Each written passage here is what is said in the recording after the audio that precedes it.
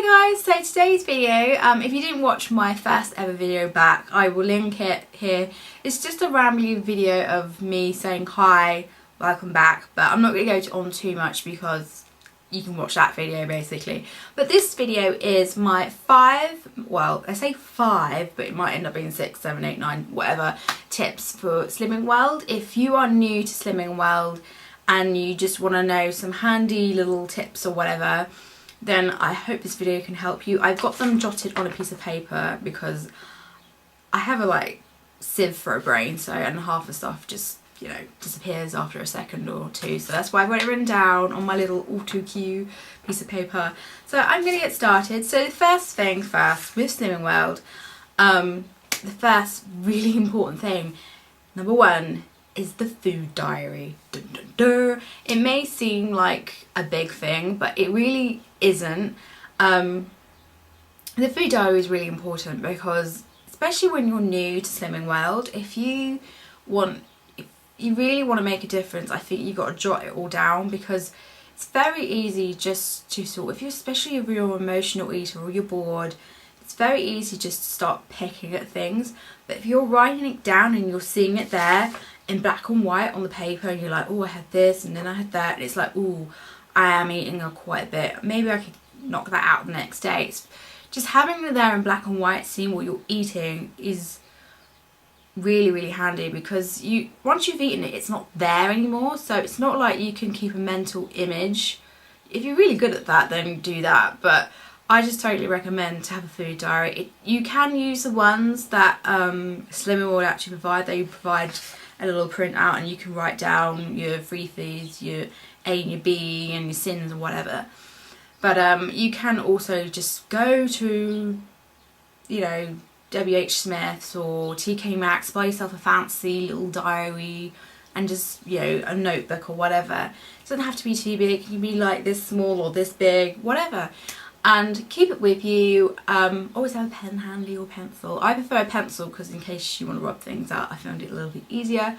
But it's just good to jot things down, and it's also good as well to just, you know, write some key things down. Like today I walked 10,000 steps. You know, you can just have a goal of the day as well as all the food and stuff.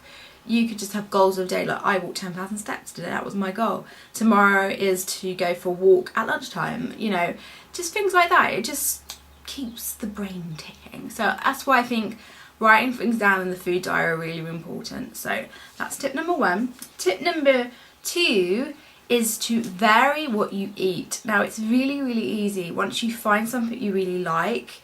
For example, breakfast. If you really like having your semi-skim milk and your Weetabix and a banana and some raspberries, and you like that, you know the sins or whatever, you know what's in it, it's really easy just to eat the same thing day after day after day like a broken record.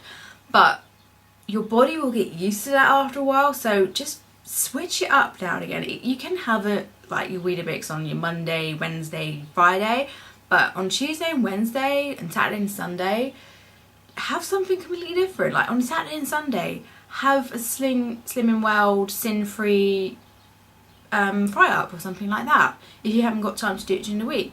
Or during the week, on the Tuesday and the Thursday, you could have oats which have been soaked in Muller Lite overnight, or you could have an omelette. You know, just try and switch it up, because it's very easy to get stuck in a rut in the same thing. It's like, for a while I was just eating chicken salad because it was sin-free, and my body was just like, I'm so bored of chicken salad. It's just, switch it up. Even if you just switch the protein you're eating or something like that, just change, be different.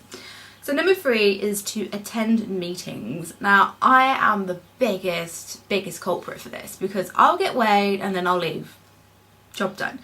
But sometimes it's really handy to stay to the meetings and go through everything with everyone and listen to what they've got to say, because it's a sense of community at the end of the day. Because if you just go, leave, you don't get to hear any extra information. If you're a part of the Facebook group, if your group has a Facebook, hello Mr. Crow, If your group has a Facebook account, like group, that's amazing because then you can share stuff there. But sometimes you just, you know, it's good to listen to what your group has to say and what your leader has to say, and it can really be helpful. So that's what I recommend, and I'm going to try and do better myself actually because I'm quite naughty. Oops.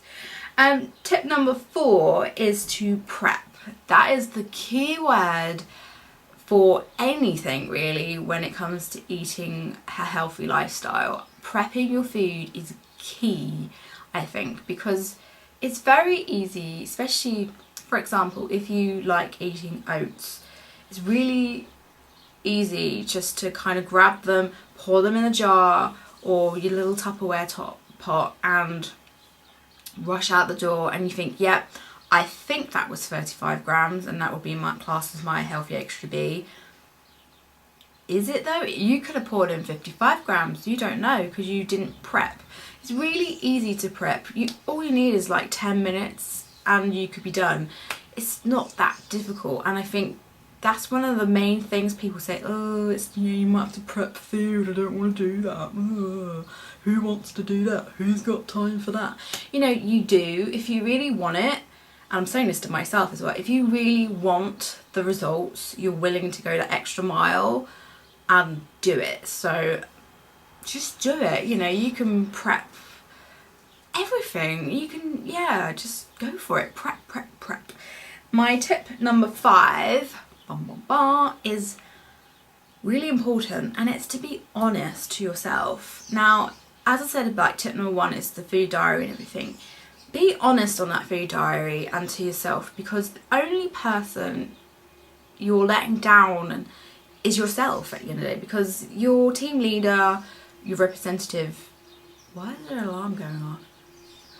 The only people you're going to let down is yourself, because no one else is going to care if you don't lose weight, because you're just paying money at the end of the day. But if you are being honest and you're writing down everything properly, then it's all going to be fine. You know, you're going to get the results you want. But it's just very easy to just, oh well, I didn't have that little Mars bar really, kind of write it down. Oh, just leave that out. It's just the only person you're doing damage to is you. So be honest and be, you know, honesty is the best policy, as they say. So my final tip, I know I said 5, but I'm going to throw in one extra because, you know, another tip is to use what Slimming Well gives you, and that's books, and it's online as well, and the app, because it's so important just to get the information. Having the app on your phone is so handy. It's just so, click it, type in something, gives you what sins are there. It's so quick and easy, and it's free if you're a member. You just have to have a smartphone. I know some people, especially if you're older, you might not have a smartphone, but you know, most people have the internet these days, I hope. But yeah, it's really good to, you know, use the facilities that you're given for free once you're a member. So use them, and buy the magazine as well, because that's really helpful as well, because it's got inspirational stories in there and just helpful stuff. So yeah, those are my tips. So I say 5 tips for helping you with Slimming Well. Well, it's really 6. So I hope these helped. I didn't ramble too much because technically this is my first video. So welcome back everybody. I hope you enjoyed, and see you soon. Bye.